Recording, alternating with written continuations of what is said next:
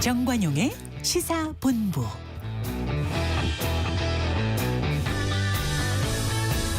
여러분 안녕하십니까? 정관용입니다. 2024년 마지막 토요일입니다.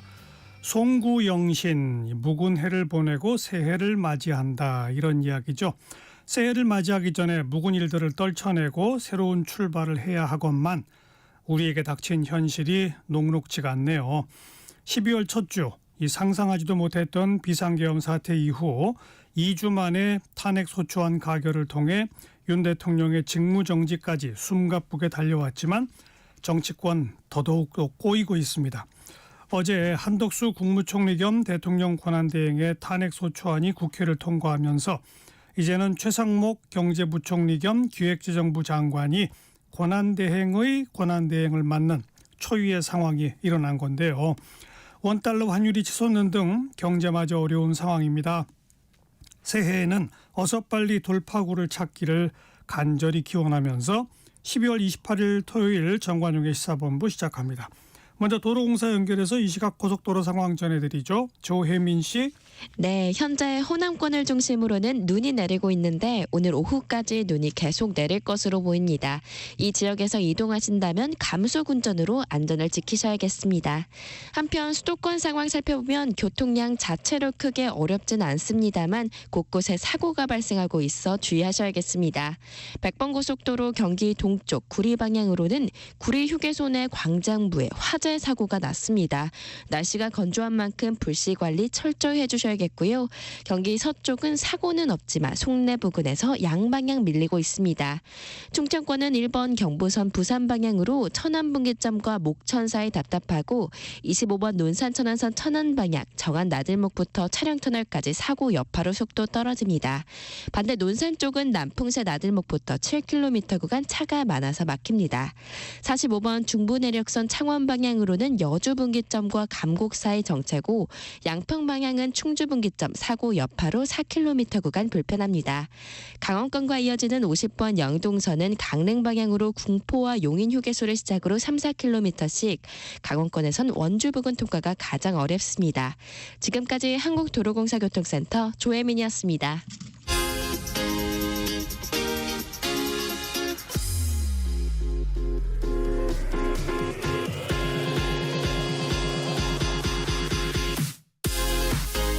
대한민국 시사의 중심 토요일 일요일 낮 12시 10분 KBS 1라디오 정관용의 시사본부.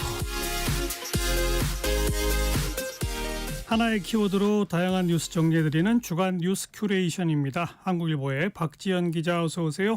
안녕하세요. 당신의 뉴스 큐레이터 박지연입니다. 오늘의 키워드는 뭡니까? 오늘의 키워드 대행의 대행입니다. 네, 제가 시작하면서 얘기한 대통령 권한대행이 탄핵되면서 그 권한대행을 대행해야 하는 그걸 말하는 거죠? 네, 그렇습니다. 어제죠. 27일 한덕수 대통령 권한대행 국무총리에 대한 탄핵소추안이 이 재적의원 192명이 참석한 가운데 찬성 192표로 가결되면서 정부 조직법에 따라 최상목 부총리 겸 기획재정부 장관이 권한대행을 이어받게 됐습니다. 이 국정컨트롤타워 마비 상황에서 권한대행에 대한 탄핵 절차상 정족수 논란이 뭔지, 또 대행의 권한은 어디까지인지 짚어보고요. 예. 또 대행의 대행을 야기한 원인이죠. 12.3 비상계엄 사태 수사 상황도 전해드립니다. 이 검찰 비상계엄 특별수사본부가 이 비상계엄이 선포된 지 24일 만에 12.3 비상계엄 사태를 주도한 혐의로 김용현 전 국방부 장관을 구속 기소했는데요. 이 공소장에 적힌 윤석열 대통령의 발언 가져왔습니다. 네, 첫 번째, 이 사상 초유의 대행 사태 정리하고 갈까요? 네, 국회에서 탄핵소추안이 가결되면서 이 한덕수 대통령 권한대행 국무총리의 직무가 어제 오후 5시 19분부터 정지됐습니다. 이 말씀하신 것처럼 사상 초유의 사태예요. 이 대통령이 탄핵소추로 직무가 정지된 상태에서 이 대통령 권한대행을 맡은 총리가 탄핵소추로 직무가 정지된 것은 헌정사상 처음입니다. 탄핵 사유는 뭐죠? 네, 한덕수 권한대행의 탄핵소추안에는 총 5가지의 탄핵 사유가 담겼는데요.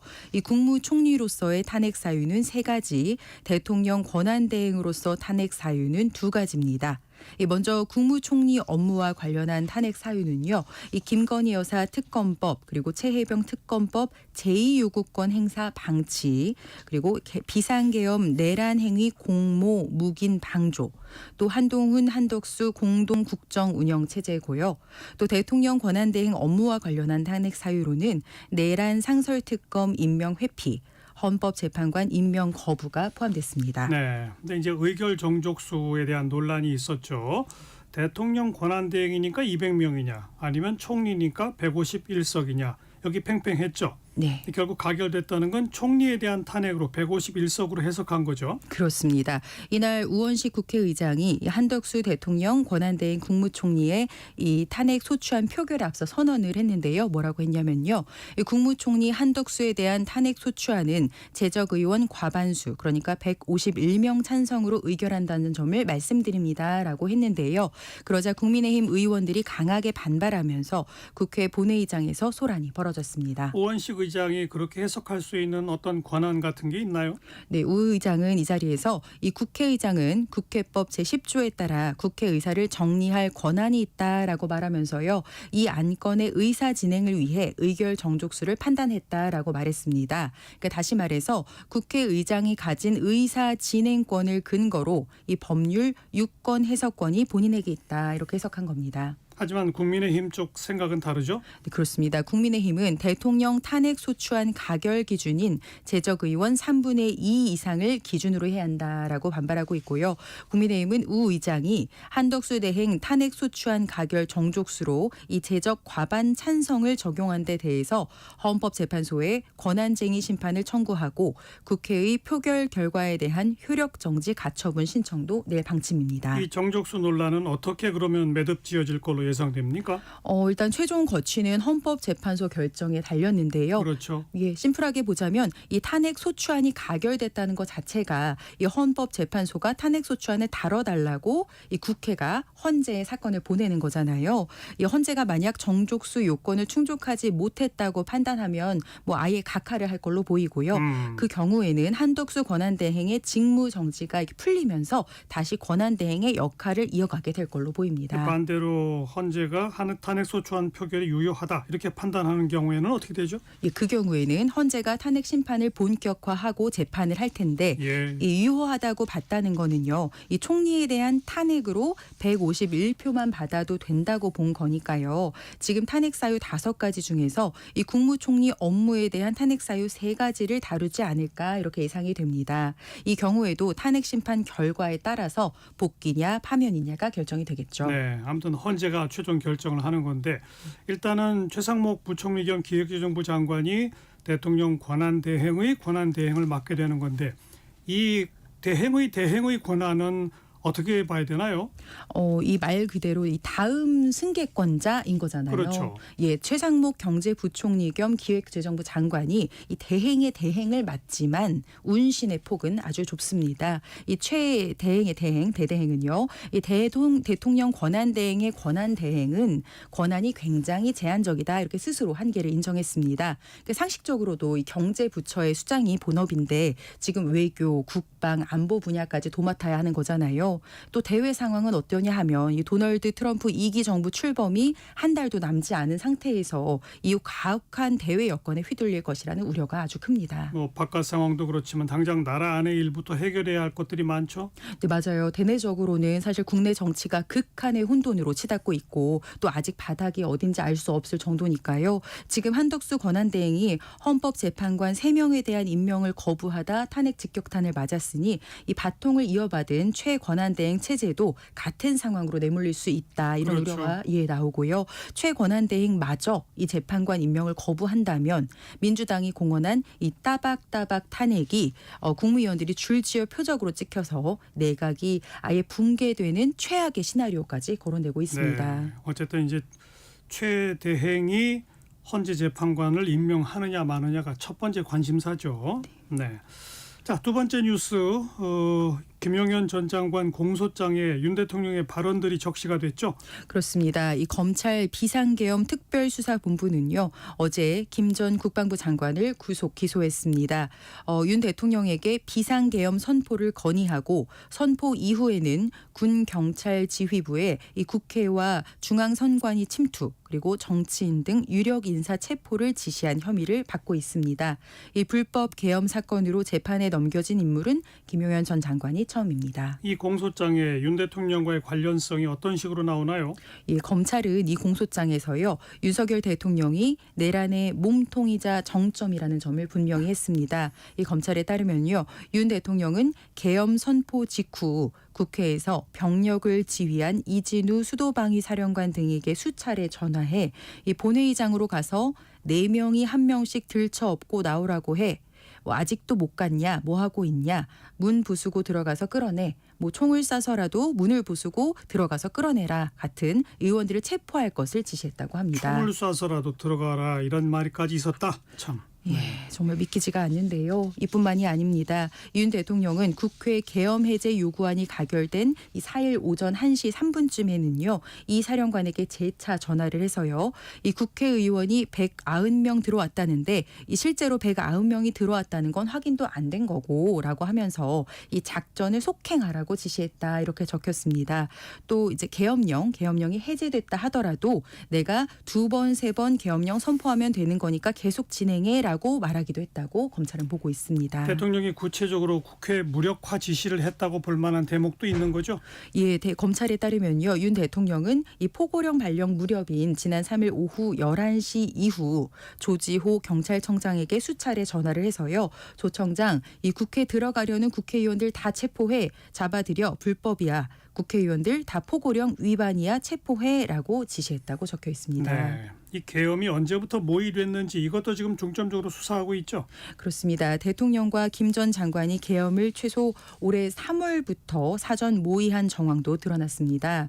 윤 대통령은 3월 말부터 4월 초 사이 이 삼청동 안가에서 신원식 당시 국방부 장관 그리고 당시 경호처장이던 김용현 전 장관, 조태용 국가정보원장, 여인형 전 국군 방첩 사령관 등과 만나 이 비상 대권을 통해 이 시국을 헤쳐나가는 것밖에는 방법이 없다라고 말했다고 합니다. 네, 여기까지 한국일보 박지연 기자 고맙습니다. 고맙습니다. 정관용의 시사본부 듣고 계십니다. 12시 23분 향해 가네요. 기상청 교통정보센터 차례로 연결합니다. 기상청의 송소진 씨.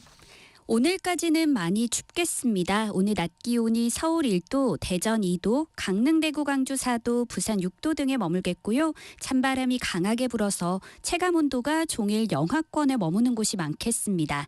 내일부터는 평년 기온을 회복하겠고 기온이 점차 오르면서 추위가 누그러질 전망입니다. 지금 전북 서해안과 제주도 산지에는 대설주의보가 발효 중입니다. 낮까지 전라도를 중심으로 시간당 1cm 안팎의 습하고 무거운 눈이 내릴 전망이어서 주의하셔야겠습니다. 앞으로 제주도 산지에는 최대 10cm, 전북 서해안과 울릉도 독도에는 1에서 5cm, 충남과 그 밖의 전라도, 제주도 중산간에는 1cm 안팎의 눈이 더 오겠고요. 이 눈은 내일 아침에 대부분 그칠 전망입니다. 수도권과 강원도, 경상남북도는 오늘 대체로 맑겠고 대기가 많이 건조하겠습니다. 특히 강원 영동과 경상도 해안에는 건조특보가 발효 중이어서 불조심하셔야겠습니다. 현재 서울의 기온은 영하 1.2도입니다. 날씨 정보였습니다. 이어서 이 시각 교통 상황을 KBS 교통정보센터 김민희 씨가 전해드립니다. 네, 2024년의 마지막 주말 쌀쌀한 날씨에 나들이 차량들은 많지 않지만 곳곳으로 돌발 구간이 많습니다. 대구 포항고속도로 대구 쪽으로 임고 4터널 부근에서는 차량 화재 사고가 나면서 현재 2, 3차로와 갓길을 막고 처리하고 있는데요. 부근으로 정체도 심한 만큼 더욱 주의해서 지나셔야겠습니다. 중부고속도로 하남 쪽으로는 진천터널 부근에서 사고가 나면서 부근으로 정체도 길어졌고요. 반대 남이 쪽으로도 진천 부근에서 사고가 있었던 있었던 만큼 대소분기점부터 정체입니다. 중부 내륙고속도로 양평 쪽으로 충주분기점 부근 사고는 처리가 마무리됐지만 북충주부터 정체 남아 있습니다. 이전 구간에서는 문경 2터널 부근에서 정체 시작됐고요. 반대 창원 쪽으로는 여주분기점에서 감곡 사이로 속도 줄여 지납니다. 평택 시흥고속도로 시흥 쪽으로 조암 부근 1차로에서 또 사고를 처리하고 있습니다. 그 밖에 서울시내 올림픽대로 공강 쪽으로 행주대교 부근 4차로에서도 사고가 나면서 부근으로 많이 혼잡합니다. KBS 교통정보센터였습니다.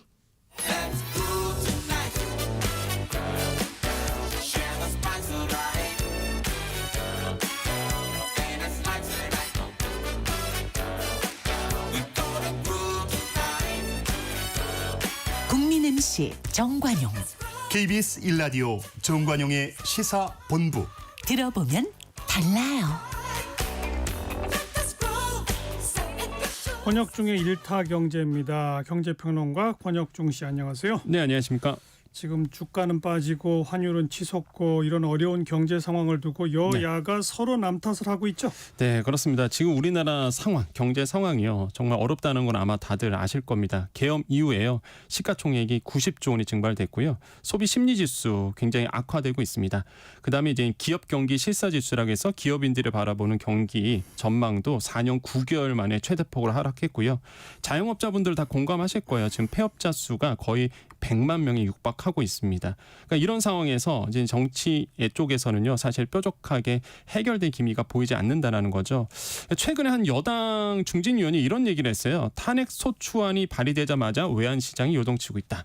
뭐 한덕수 대행 탄핵으로 조금 전에 말씀드린 것 같이 뭐 환율, 물가, 대외 신인도 모든 부분에서 먹구름이 있다 이렇게 얘기하고 있는데 사실상 시장에서는 이 경제를 바라보는 입장에서는 이 앞뒤가 좀 맞지 않는다 이런 이제는 표현을 쓰고 있습니다. 왜 그러냐면 이게 탄핵 소추안, 그러니까 한덕수 대행 탄핵 때문에 그런 게 아니라 그 전부터 이미 계엄 이후 계엄 때부터 사실 환율이 요동쳤었거든요. 물론 그 전부터 환율이 높아진 건 있었습니다. 그런데 12월 3일 그때 이제는 환율을 우리가 보실 필요가 있겠는데 이게 1,402원 90전이 됐었거든요. 12월 3일. 근데 그 밤에 이제 계엄 사태가 있었죠. 그 다음 날 환율을 봤더니 7원 20전이 올랐습니다. 한꺼번에. 그 다음 날은 5원이 올랐고요. 그 다음 날 4원이 오르거든요. 그러니까 계엄 사태 이후에 계속적으로 환율이 치고 올라간다는 거죠. 그러니까 많은 분들이 제가 항상 뭐 7원, 뭐 5원, 10원 이렇게 얘기하면 이게 뭐 10원 오른 거 같고 오른 거냐 이러실 텐데 그렇지 않다는 거죠. 예를 들어 보겠습니다. 제가 그러니까 1억 달러가요. 우리 돈으로 1,476억 원 정도가 됩니다. 현재 이제 환율로 본다 그러면. 근데 만약에 10원이 오르잖아요. 환율이. 그러면 1,486억 원이 돼요. 오르는 폭이 10억 원이 올라갑니다. 금액이 크면 클수록 이 10원짜리 하나 때문에 몇억 원씩 그게 크게 상승이 되거든요. 그러니까 환율이라는 게 이게 무서운 거예요. 이게 뭐 5원, 6원 이게 정말 무섭게 오른다는 거죠. 그래서 지금의 이제 팩트를 본다 그러면 아 이거는 사실상 앞뒤가 안 맞다. 계엄 때문에 사실 경제 상황이 더 어려워진 거지. 이게 뭐 지금 뭐 한덕수 대행 탄핵했다고 해서 갑자기 오르거나 그런 게 아니라는 거죠. 그래서 이런 것들은 시장에서는 사실 조금 의아하고 있다 이렇게 말씀을 드립니다. 계엄으로 시작된 건데 그럼요. 빨리 전국이 수습이 되면 좀 내려갈 텐데 수습이 계속 안 되고 있으니까 계속 올라간다 이거 아닙니까? 네, 맞습니다. 왜 이렇게 환율이 높아지나요? 환율 결정에는요, 우리가 보통 한 4가지 요인을 뽑을 수 있습니다. 그런데 이 4가지 요인에 지금 현재 우리나라 한번 상황을 여러분께서 한번 대입해 보면은 야, 환율이 오를 수밖에 없겠구나 아마 공감하실 텐데요. 환율에는 첫 번째 수요와 공급이 영향을 미치죠. 한마디로 외국인들이 우리나라에서 빠져나가게 되면 워낙 약세가 됩니다. 그 뜻은 이제 환율이 오른다는 얘기거든요. 네. 지금 외국인들 빠져나가고 있습니다. 수출도 영향을 줘요. 수출 둔화된다. 그러면 원화를 살 이유가 없습니다. 그러니까 워낙 약세가 되고요. 환율이 오르게 되죠. 지금 딱 이런 상황이라고 보시면 되겠고 두 번째 이제 금리의 차이로 인해서 환율에 영향을 주는데 당연히 금리가 우리가 뭐 은행 가면은요. 뭐 금리 높은 쪽으로 다 예금 통장 들고 그러잖아요. 똑같아요. 금리가 높은 나라의 통화로 투자 매력도가 높아지거든요. 지금의 미국 기준금리 상단이 4.5%, 우리나라는 3%입니다. 1.5%포인트 정도 벌어져 있고요. 당연히 금리 역전이 일어나다 보니 뭐 많은 투자자들이 미국으로 돈 싸들 것 같거든요. 금리의 차이 때문에 다시 한번 환율이 더 벌어질 수밖에 환율이 높아질 수밖에 없겠죠. 세 번째로는 경제 상황입니다. 뭐 경제 성장률 영향을 주는데요. 우리나라 내년 경제 성장률 1%대 중후반 이렇게 예상하고 있습니다. 당연히 경쟁성이 둔화되고 있고요. 그렇게 되면 당연히 환율이 또 높아지는 여력이 생기겠죠. 마지막 네 번째가 정치적 안정성을 뽑는데 뭐 정치적으로 안정된 국가는 투자자들의 매력을 느낍니다. 그래서 이제 투자를 하게 되거든요. 그러면 사실상 지금 상황 보시면 아시겠지만 말 안 해도 아시죠. 정치적으로 불안하다 보니까 예. 당연히 투자의 매력도가 우리나라가 떨어지겠죠. 환율이 높아질 수밖에 없습니다. 그러니까 이게 네 가지 영향인데 네 가지 다 안 좋아요 지금. 그러니까 환율이 계속적으로 높아질 수밖에 없는 거죠. 그래서 지금 시장에서는 단기 처방으로 이제 통화 수합 한마디로 이제 우리나라와 이제는 뭐 한국은행과 연준에 통화 수합하면 좋을 텐데라고 하는데. 지금 이제 통화 수합이 이루어지지 않고 있습니다. 일단 왜 그러냐면 리더가 없잖아요. 예, 우리나라의 리더의 실종 때문에 뭐 할 사람이 없어요. 이걸 추진할 사람이. 그래서 이런 부분 때문에 단기 처방도 못 내리고 있는 상황인 거죠. 그래서 환율은 지금 1,500원도 뚫어낼 수 있다라는 게 시장의 중론이다. 이렇게 보시면 되겠습니다. 우리나라 대외 신뢰도도 문제라면서요. 그렇죠. 이게 대외 신뢰도가 뭐 그렇잖아요. 우리가 항상 뭐 은행 가서도 뭐 대출을 할 때나 아니면 뭐 은행 가서 일을 할 때도 우리 개인 신용도를 보듯이 국가도 똑같습니다. 신뢰도가 가장 중요한데 비상계엄 사태 일어난 이후에 경제팀에서 가장 먼저 했던 게 뭐냐 그러면 각국 나라 뭐 전화 돌려갖고요. 긴급서만 보낸 거였어요. 아, 우리나라 문제 없다. 국제기구 총재들에게 신용평가사에게 금융기관 관계자들에게 전화 돌리고 긴급서안에서 우리나라 문제 없습니다라고 했던 이유가 이거예요. 바로 신뢰도 때문에 긴박하게 움직였던 거거든요. 근데 이 신뢰도가 지금 깨지고 있다라는 거죠. 모디스 같은 경우는 우리나라의 신용 등급을 이제 AA, 2로 이렇게 보고 있고요. S&P도 AA, 피치도 AA 마이너스 이렇게 보고 있는데 일단 등급 전망은 다 안정적입니다. 그런데 계속적으로 정치적 불안정성이 계속 이렇게 오래 가다 보면은 프랑스처럼 우리나라도 무디스가 경제의 이 신용 등급을 낮출 수는 있거든요. 그렇게 예. 된다 그러면 진짜 뭐 환율은 더 치고 올라갈 수밖에 없는 것이고 그럼 만약에 신뢰도가 추락한다. 그럼 무슨 일이 일어나느냐? 기업들의 투자 결정을 미루게 되고요. 소비자들도 더 어려워질 것 같아서 소비를 유보하게 되죠. 내수가 더 침체되고요. 내수와 투자가 악순환이 되는 이런 상태가 벌어집니다. 그래서 대외 신인도에 대한 부분도 지금 저희 쪽에서는 굉장히 우려스러워하고 있다. 그래서 이렇게 지금 돌아가고 있습니다. 환율이 1,500원을 넘어가면 어떤 일들이 생기나요? 그냥 1,500원 언제 넘어갔을까 여러분 기억해 보셨으면 될 것 같아요. 우리가 환율이 1,500원 넘어갔을 때가 IMF 때. 네, 맞습니다. 그다음에 금융위기. 맞습니다. 2008년도 금융위기. 끔찍하죠. 사실 그때 기억 있으신 분들이 있을 거예요. 그때가 1,500원 넘어갔거든요. 근데 지금 시장의 중론이 야 이대로 가다간 1,500원 뚫을 수 있어라는 거예요. 그럼 어떤 일이 일어날까요? 첫 번째로 경제 전방의 영향을 좀 본다 그러면 뭐 이런 얘기를 합니다. 야 환율 높아지면 수출 기업 좋은 거 아니야? 근데 그거 옛날 얘기라는 거예요. 왜 그러냐면 우리나라가 또 수입도 많이 하는 국가입니다. 원가 경쟁력에서 잃어버려요. 그러다 보니까 수출만 잘 돼서 뭐 돈을 버는 그런 상황이 아니라는 거죠. 예. 그리고 우리만 사실 통화 약세가 아니라 달러 빼고요. 다 약세예요. 그러니까 해외 나가서 가격 경쟁력이 그렇게 있지 않습니다. 또 그래서 이런 게 과거와 다르다라는 거고 지금 달러 인덱스도 108 정도가 넘어갔거든요. 이런 것도 고려해야 되고 두 번째로 수입 비용이 증가되죠. 환율이 높아지면 수입 비용이 더 커집니다. 물가 상승으로 직결될 수밖에 없겠고요. 당연 다시 한번 우리나라의 물가가 치고 올라갈 가능성이 생기는 거죠. 세 번째로는 무역 수지 경상 수지 부분인데 에너지 수입량이 우리가 많거든요. 그래서 환율이 높아진다고 해서 우리가 무역 수지가 개선된다? 더 좋아진다? 글쎄요. 이제 에너지 의존도가 높은 나라이기 때문에 비용이 더 급증하는 문제가 생길 수 있습니다. 예. 여기까지는 경제 전반이에요. 그럼 이제 개인들에게 아마 청취자분들께서 그럴 거예요. 이제는 나에게 무슨 일이 일어날까? 첫 번째 물가가 상승합니다. 그렇죠. 예, 소비자 물가가 상승하면 생활비가 이제 증가되죠. 가처분 소득 떨어집니다. 더 팍팍해져요. 그다음에 유가 보시면 딱 알 겁니다. 유가 국제유가 지금 서부 텍사스유가 $70인데 괜찮거든요. 근데 유가가 안 떨어지잖아요. 우리 기름값 안 떨어지잖아요. 왜 안 떨어지느냐? 환율이 높아지니까 떨어질 수가 없어요. 그러니까 이런 게 우리 생활에 영향을 그스란히 준다는 거죠. 소비자 물가 상승합니다. 생활비 증가돼요. 두 번째 해외 여행 보내신 분들, 해외 여행 가시는 분들, 그다음에 유학 보내신 이제 어르신들 있잖아요, 자녀들. 비용이 더 들죠. 비용이 엄청나게 올라가죠. 그러니까 이게 부담이 커지고요. 세 번째 투자와 저축 부분을 본다 보면 달러 자산 보유자들은 굉장히 좋죠. 이게 요즘에 한간에 웃긴 소리로 이런 얘기를 합니다. 야 유튜브 하시는 분들 좋겠다 이런 얘기를 합니다. 왜냐하면 유튜브 수익이 달러로 들어오거든요. 그러니까 이런 분들은 막 좋다 이런 얘기하는데 달러 자산 보유자한테는 좋지만은 사실상 대부분의 사람들한테는 좋은 게 아무것도 없고요. 주식 투자하시는 분들 외국인들 다 떠나잖아요. 주식 계속 떨어지고 있죠. 부동산 경기 더 위축될 가능성이 굉장히 큽니다. 그래서 부동산 시장에도 타격을 줘요? 춥니다. 이게 왜 그러냐면 생각해 보십시오. 건설사들이 이제는 철근, 뭐 콘크리트 이런 거 건설 자재 들어가잖아요. 그것도 값이 오르는군요. 네, 원자재 가격이 또 치게 올라가는 예, 거예요. 예. 환율 상승 때문에. 그러면 당연히 공사비가 증가되죠. 수익성이 악화되죠. 건설사들. 그럼 분양가가 상승합니다. 그걸 마진을 확보하기 위해서. 그럼 분양가가 상승하면 미분양이 일어나고요. 왜냐하면 안 사겠죠. 너무 높으니까. 미분양이 물량이 확대되면 시장의 불안성이 되고 건설사들이 그때부터 무너지게 되는데 이게 딱 97년도 외환위기 때, 그 다음에 2008년도 다 기억하실 겁니다. 그때 지방은행들 다 무너지고 건설사들 때문에 시작한 거거든요, 이게. 그래서 그 당시가 딱 그랬었어요. 그래서 지금 환율이 1,500원 넘어가면 이 건설업계에 이제는 큰 악재가 되고 이게 이제는 분양가 상승으로 이어진다는 거죠. 그럼 어떤 일이 일어나느냐? 첫 번째, 집값 더 오릅니다. 두 번째, 지금 1기 신도시에 사시는 분들 지금 공사비 상승으로 분담금이 엄청나게 커질 거예요. 그렇겠죠. 네, 이것도 영향을 준다는 거죠. 이 환율이라는 게. 재건축에서. 네, 재건축에서. 그래서 이것도 지금 우리 밀접하게 관계가 있다라는 거. 그래서 지금의 정치적 불안성이 빨리 해소가 돼야지만 이건 풀어낼 수 있다라고 말씀을 드립니다. 전국 안정이 최우선 과제입니다. 맞습니다. 권혁중 경제평론가 수고하셨어요. 네, 감사합니다.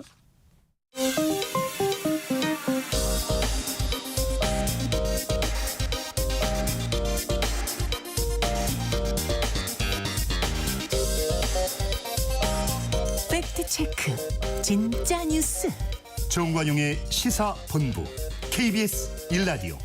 들어보면 압니다. 남북의 창 시간입니다. 통일연구원의 조한범 석좌연구위원, 안녕하세요. 안녕하세요. 한덕수 국무총리가 탄핵된 게 바로 어제인데 북한은 보도 안 하죠, 아직? 지금 그것뿐만이 아니고요. 이제 비상계엄 사단이 이제 3일 밤 4일 새벽이었는데요. 예. 지금까지 우리 쪽 보도한 게 딱 3번이에요. 음. 그러니까 11일 날 처음 보도했고 그때는 좀 대대적으로 보도했습니다. 그리고 12일 날 보도하고 그리고 이제 14일 날 탄핵안이 가결됐지만 15일 날 보도가 없었고 예. 그걸 또 이제 16일 날 하루 늦춰서 간략하게 보도했고 그 다음부터 어제까지는 제가 오늘 노동신문은 못 봤습니다만 어제까지는 안 나왔고 오늘도 거의 10중 8구 남쪽 소식은 안 다뤘을 가능성이 높아요. 네. 보도를 안 하는 것뿐 아니라 무슨 군사적 도발이라든지 이런 일체 움직임 전혀 없죠? 조용하죠? 지금 거의 한 달여 가까이 쓰레기 풍선, 전단 풍선도 안 오고 있거든요. 맞아요. 정말 지겹다시피 왔었는데 지금 그런 동향도 전혀 없고 그다음에 MDL 군사분계선 인근에서도 특이 동향도 없고 예. 그리고 이제 확인은 안 됐습니다만은 일부 북한 전문 매체들 보도에 따르면 그 전방군단, 북한이 이제 전현군단이라고 그러는데요. 네. 여기에도 조심하라. 남쪽을 자극하는 일체 행동을 하지 말라는 지시가 하달렸다고 하거든요. 예. 그러니까 과거에 비하면은 과거에는 그러니까 지금 계엄 탄핵 사단 나기 이전에는 매일 노동신문 6면에 우리 쪽 소식을 싣고 비난을 했었거든요. 예. 네, 막상 이제 이쪽에 여러 가지 문제가 생기니까 저쪽이 전혀 납작 엎드려 있는 오히려 평시보다 더 고요한 기이한 모습을 좀 보이고 있네요. 자기들이 조금만 그 빌미라도 줄까봐 그냥 몸 조심, 말 조심, 그냥 주저앉아 있는 그런 모습이군요. 그렇죠. 어떻게든 이쪽과 연루가 되고 싶어하지 않는 것 같고요. 예. 그리고 이 긴장 상태가 혹시 자기들에게 이 전이가 될까봐 상당히 수위를 조절하는 그런 느낌이 좀 많이 듭니다. 네. 자, 우크라이나 군이 북한 병사 1명을 생포했다라고 현지 언론이 전했는데 또 국정원도 확인했고, 근데 부상이 심해서 사망했다 이런 소식이 좀 전해지고 있어요. 러시아에 파병된 북한군의 상황 좀 정리해 주시면. 예, 이제 10월 상순에 그 당시 국정원 발표로는 12,000명이 러시아 극동으로 갔다. 그리고 이후에 쿠르스크 이제 러우 전쟁 전선이 두 전선은 남부인데 여기가 전장이 한 99% 차지하거든요. 예. 여기는 전부 우크라이나 땅입니다. 그다음에 그 위에 이제 작은 하르키우라는 지역 여기도 우크라이나 땅이고요. 그리고 매일 나오는 쿠르스크가 이제 그 맨 쪽의 북쪽인데 지금 현재 우크라이나가 여기는 러시아 땅입니다. 그렇죠. 여기를 우크라이나가 점령하고 있는 면적이 서울 면적보다 조금 약간 작은 상황인데요. 지금 여기를 지금 북한군이 갖고 지금은 국정원은 11,000명 규모다라는 입장이고 예. 그동안 우크라이나에서 많은 얘기를 했지만 그건 다 진위 여부가 확인이 안 됐고요. 드디어 이제 12월 중순부터 전투에 참여하고 이제 사상자들이 발생한다는 게 미국 입장이었고 우리 국정원은 이제 사상자가 합참이랑 이제 전사자 100명 이상, 부상자 1,000명 이상 이렇게 이제 입장을 정리한 상황에서 예. 우크라이나가 드디어 이제 포로를 생포했는데 이제 바로 부상이 심해 사망했고 여기까지는 포로 생포 사실 그 다음에 사망 사실까지는 우리 국정원도 확인했거든요. 예. 그러니까 이제 확실하게 전투에 참여하는 것 같다 이렇게 볼 수가 있고. 젤렌스키 대통령 같은 경우는 북한군 소모가 3,000명이다고 얘기했거든요. 그러나 뭐 1,100명이든 우리 국정원 젤렌스키의 3,000명이든 이거는 뭐 전쟁 상식으로 보면 어마어마한 손실이 단기간에 발생을 하고 있다. 이거는 분명할 것 같습니다. 네. 근데 이번처럼 북한 병사가 우크라이나 군의 체포가 되면 이건 러시아 그쪽에 포로로 간주해서 우크라이나 포로랑 맞교환하는 이렇게 되나요? 어떻게 되나요? 아주 복잡합니다. 일단 이제 젤렌스키 대통령이 밝힌 입장에 따르면 지금 그렇게 얘기했습니다. 이거는 자기네 우크라이나군 포로와 맞바꾸겠다 이렇게 얘기를 했거든요. 예. 근데 문제는 지금 이 러시아 군으로 위장을 하고 러시아 군인 신분증을 가졌다고 지금 파악이 되고 있는데 그러면 이제 젤렌스키 대통령 말이 맞거든요. 근데 러시아하고 북한 모두 지금 북한군 파병을 인정 안 하거든요. 예. 그럼 만일에 나는 모른다 그러면 이 사람들은 신분이 군인이 아닌 게 되는 거거든요. 그러면 제네바 협약에 보호를 못 받습니다. 네. 그러니까 일반 범죄자 취급을 받게 되고 또 하나는 북한인이라는 게 확인이 돼서 나는 한국으로 가겠다. 그럼 그때부터 우리 정부 책임이 발생하거든요. 허허. 우리 헌법상 대한민국 국민이니까. 그러니까 탈북민이 해외 나가서 나 한국 갈 거야. 그럼 그때부터 한국 국민으로서 대접을 받거든요. 예. 근데 이제 여기에 이제 우크라이나가 젤렌스키 대통령은 안 보낸다는 입장이고 북한하고 러시아는 지금 이 사실을 부인하고 있기 때문에 지금 북한군 포로가 잡히면 이 위상이 아주 복잡합니다. 말씀하신 것처럼 나는 한국으로 갈래 그래도 지금 못 오는 거군요. 젤렌스키 대통령이 예. 보내지 않겠다고 했으니까. 그리고 우리 정부 입장도 지금은 어떻게 할 수 있는 입장이 아닙니다. 그러니까 예를 들어서 특히 우크라이나 정부하고 특단에 뭐 협약을 체결하거나 뭐 공식 비공식 협력 체계를 구축하면 모를까. 예. 이 상황에서는 정말 골치 아픈 문제가 발생을 합니다. 그런데 보도에 따르면은 그 그러니까 러시아에 파병된 북한군들을 상대로 한글로 적힌 전단지가 배포됐는데 그 전단지에는 뭐라 그러죠? 항복해서 한국 가자 뭐 이런 내용이 들어있다면서요? 일단은 그거는 심리전이죠. 아마 지금 러시아나 우크라이나에도 고려인들이 많이 살고 있거든요. 그렇죠. 그리고 아마 일부 우크라이나 심리전 여러 가지 양상을 보면은 아마 조직적인 어떤 한국계에 도움이 있는 것 같아요. 네. 그런 느낌이 있습니다만. 그러나 일단 최고 지도자인 젤렌스키 대통령의 입장은 한국으로 보낸다는 얘기는 전혀 없었고요. 당연히 우크라이나 포로와 교환한다는데 근데 문제는 러시아로서도 이 우크라이나가 잡고 있는 러시아 포로 귀환이 최우선 과제거든요. 예. 그런 상황에서 과연 지금 소모품 취급받고 있는 북한군을 1대1 교환으로 우크라이나군과 교환하겠느냐. 여기 또 의문이 발생하는 거죠. 네. 자, 우리 KBS가 우크라이나 당국을 통해서 입수한 북한군 명단에 따르면 이 군인들의 평균 나이가 21살이라고 그래요. 북한군은 복무 기간이 10년이나 되고 나이 많은 병사들도 많을 텐데 특별히 이렇게 어린 군사들을 보낸 이유가 뭘까요? 일단은 특별히 그렇게 보낸 것 같지는 않고요. 왜냐하면 이제 10년, 여자는 7년 그랬는데 지금 약간 몇 년씩 좀 줄었다는 게 우리 판단이거든요. 그러면 북한은 북한은 이참에 말씀을 드리면은 북한은 대학 입시 기회가 딱 한 번밖에 없습니다.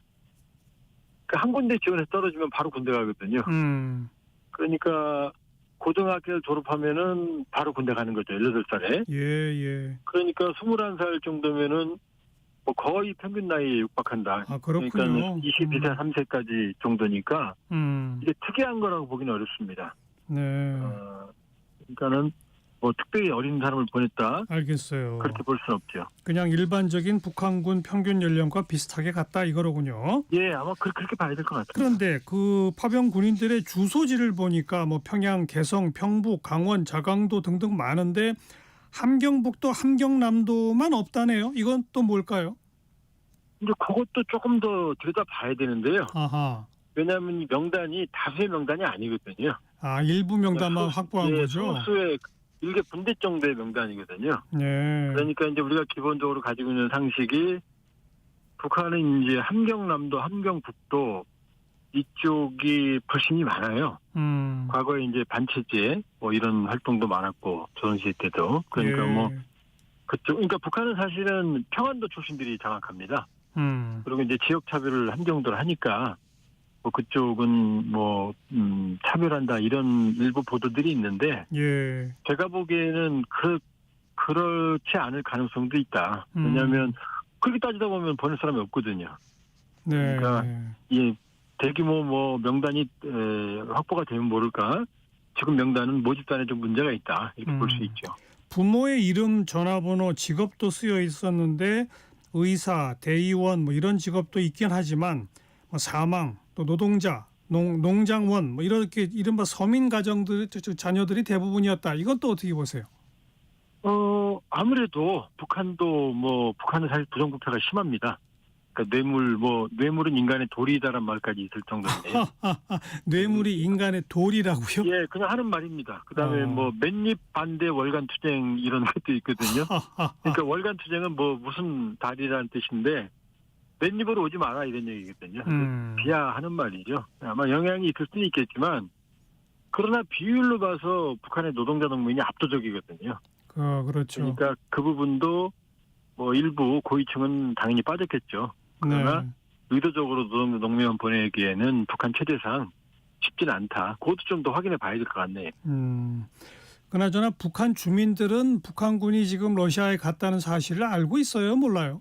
이제 암암리에 알고 있습니다. 왜냐하면 뭐 11,000명이면 이게 뭐 4인 가족 기준에도 44,000명인 거고 여기 뭐 친가 외가 뭐 이렇게 따지면 소식이 안 퍼질 수가 없죠. 그러나 아직은 러우 전쟁이 어떤 건지 북한 주민은 모르고요.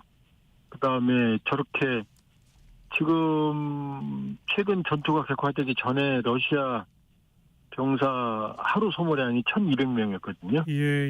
지금은 3,000명까지 늘어났다는 설도 있거든요.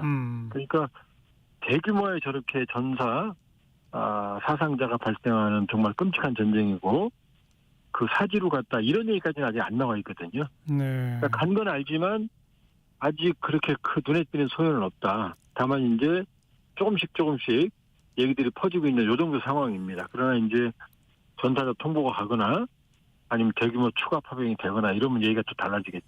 아니 러시아 우크라이나 전쟁 사실 자체를 몰라요? 북한 주민이? 이제 특수작전 한다라는 표현을 했는데 그러나 뭐 저렇게 처참하게 죽어나가고 그 막대한 소모전이고 예를 들면 러시아의 지금 병력 소모가 70만 명 이상이거든요. 2년 반 동안. 이런 건 전혀 모르죠. 그리고 뭐 쿠르스크 격전지로 갔든 이런 건 전혀 모르니까 일부 초기의 소모는 이제 동요를 차단하기 위해서 공병국이 갔다. 건설하러 갔다. 이렇게 소문을 냈거든요. 그러니까 아직은 상황을 자세히 모르죠. 그러니까 푸틴 대통령은 자신들이 우크라이나를 침공하고 전쟁을 일으켰다라고 표현한 게 아니라 그냥 특수작전이라고 하는 표현을 계속 썼는데 그 정도만 보도했다 이거로군요. 예, 특별군사작전이라고 요 표현을 아직도 러시아는 유지하거든요. 근데 북한도 동일한 입장입니다. 그러니까 저게 뭐 어마어마한 전면전이고 이렇게 생각 안 하죠. 실상이 전혀 안 알려져 있죠. 게다가 우크라이나 군이 러시아 영토 일부를 점령했다 이런 사실은 전혀 모르겠다. 그죠? 그것도 모르죠. 전혀 모르죠. 그러니까 북한군은 바로 그 러시아가 점령당한 그 지역에 가 있는 건데 그 사실 자체를 모르니까.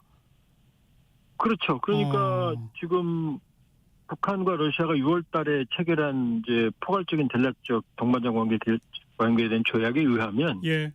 이제 군사적으로 도와주는데 조건이 무력 침공을 받아서 전쟁 상태에 놓이게 되는 경우거든요. 그렇죠. 근데 나머지 지역은 대부분 지역은 러시아가 침공을 한 건데 그렇죠. 크루스크만 이제 우크라이나가 침공했으니까 침공 당한 거니까. 요 조약에 딱 맞는 게 이 크루스크거든요. 네. 여기에 지금 북한군이 가 있는데 문제는 여기가 북한군은 전혀 낯선 개발지고 산지가 아니고 예. 언어라든지 지갑장비, 중장비가 없기 때문에 알겠어요. 그냥 소모품인 거죠.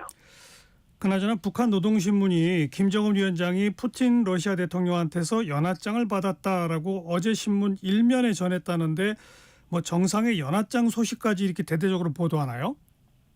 예, 보통 합니다. 예를 들면 올해 1월 달 같은 경우에는 1월 1일 날 시진핑 주석이 보낸 연하장을 실었거든요. 네. 그러니까 이제 뭐 워낙 고립된 국가고 국제적으로 취급을 못 받으니까 뭐 쿠바나 뭐 라오스 같은 데서 와도 뭐 일면에 실는 상황도 있거든요. 근데 이제 이번에 연하장이라기보다 이게 이제 축하 편지입니다. 축하 편지인데 재밌는 게 이제 27일 날 보도를 했는데 예. 그 축하 편지 날짜를 보니까 17일이에요. 그럼 열흘이나 지났거든요. 예. 그러니까 마침 이제 북한군 대규모 사상자들 뭐 포로 이런 것들이 이제 나오는 시국이거든요. 그 다음에 그러면 또 추가 파병도 필요한 상황이고요. 네. 그래서 아마 점점 더 이제 북러 협력 이런 걸 좀 강조하기 위한 측면도 있지 않나. 왜냐하면 열흘 지난 시점에서 뭐 푸틴이 편지를 보냈을 리가 없고 예. 바로 보냈을 텐데 그 시점은 한 열흘 정도 지체됐다는 건 그 부분은 좀 주목할 부분이네요. 알겠습니다. 네, 조한범 통일연구원 석좌연구위원 고맙습니다. 예, 고맙습니다. 최진희가 부르는 꼬마 인형 들으시고요. 1시 2부에 다시 옵니다.